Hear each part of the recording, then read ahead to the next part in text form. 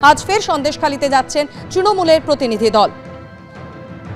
গতকাল যেভাবে দফায় দফায় অগ্নিগর্ভ হয়ে ওঠে সন্দেশখালী দেখতে পাচ্ছেন বেরমজুর গ্রাম পঞ্চায়েতের একদিকে ঝুপখালী অন্যদিকে বটতলা সমস্ত জায়গায় ক্ষিপ্ত গ্রামবাসীরা তারা মারধর করেন ভাঙচুর চালান এবং টায়ার জ্বালিয়ে বিক্ষোভ অবরোধ কর্মসূচিও পালন করেন। তারই প্রেক্ষাপটে আজ তৃণমূলের প্রতিনিধি দল ফের যাচ্ছে সন্দেশখালী। অরিত্রিক ভট্টাচার্য আমাদের প্রতিনিধি এই বিষয়ে আরো বিস্তারিতভাবে আমাদের জানাবেন। অরিত্রিক, দেখো, যেটা জানা যাচ্ছে সুজিত বসু এবং পার্থ ভৌমিক দুই মন্ত্রী তারা দুজনে সন্দেশখালীর দিকে রওনা দিচ্ছেন কিছুক্ষণের মধ্যে এবং সন্দেশখালীতে বেশ কয়েকটি এলাকায় তারা ঘুরবেন।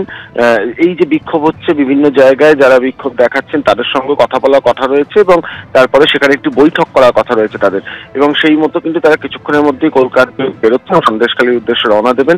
এবার এটা দেখার যে গত কয়েকদিন ধরে আমরা যেভাবে নতুন নতুন জায়গায় বিক্ষোভের ছবি দেখা যাচ্ছে এবং বিভিন্ন জায়গায় প্রশাসনের বিরুদ্ধে বিক্ষোভের কথা উঠে আসছে, সেই জায়গায় দাঁড়িয়ে সেই বিক্ষোভে কতটা সামাল দিতে পারেন তৃণমূলের মন্ত্রীরা সেটাই কিন্তু এখন নজর থাকবে এবং কিছুক্ষণের মধ্যেই তারা সন্দেশখালীর দিকে রওনা দিয়ে যাবেন।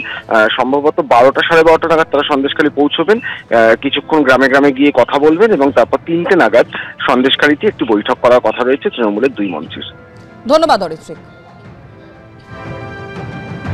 দফায় দফায় অগ্নিগর্ভ হয়ে উঠেছে সন্দেশখালী। শুধুমাত্র বৃহস্পতিবার নয়, শুক্রবারও আমরা দেখেছি ঝুপখালী থেকে বেরমজুর গ্রাম পঞ্চায়েতের অপর জায়গা বটতলা, সেখানে গ্রামবাসীরা অবরোধ করেন, বিক্ষোভ কর্মসূচি প্রদর্শন করেন। স্থানীয় তৃণমূল নেতা অজিত মাইতির বাড়িতে গিয়ে ভাঙচুর চালান এবং শেখ শাহজাহানের ভাই সিরাজউদ্দিন তার বিরুদ্ধেও তাদের একাধিক অভিযোগ, যার প্রেক্ষিতে তার ভেরিতে আগুনও ধরিয়ে দেওয়া হয়। এবং অন্যদিকে আমরা দেখেছি খোদ ডিজিপি এবং এডিজি দক্ষিণবঙ্গ সুপ্রতিম সরকার তারা গিয়ে গ্রামবাসীদের বারবার আশ্বস্ত করার চেষ্টা করেন, কিন্তু স্থানীয় তৃণমূল তার বাড়িতে ভাঙচুরের পরিপ্রেক্ষিতে বেশ কয়েকজনকে আটক করার পর নতুন করে উত্তেজনা ছড়ায় এলাকায়। আর এই প্রেক্ষাপটে আজ তৃণমূলের প্রতিনিধি দল যাচ্ছে সন্দেশখালীতে। সেচমন্ত্রী পার্থ ভৌমিক এবং দমকল মন্ত্রী সুজিত বসু কলকাতা থেকে আর কিছুক্ষণের মধ্যে রওনা দেবেন সন্দেশখালীর উদ্দেশ্যে, এমনটাই জানা যাচ্ছে।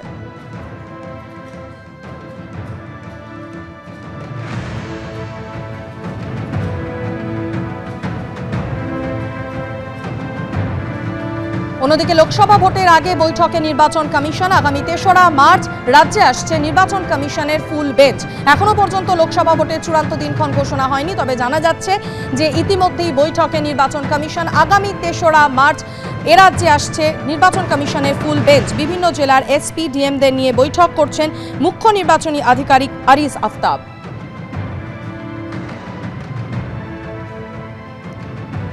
একদিকে যখন সন্দেশখালী ইস্যুতে একেবারে তপ্ত রাজ্য রাজনীতি, অন্যদিকে লোকসভা ভোটের দিনক্ষণ এখনো পর্যন্ত চূড়ান্তভাবে ঘোষণা করা হয়নি।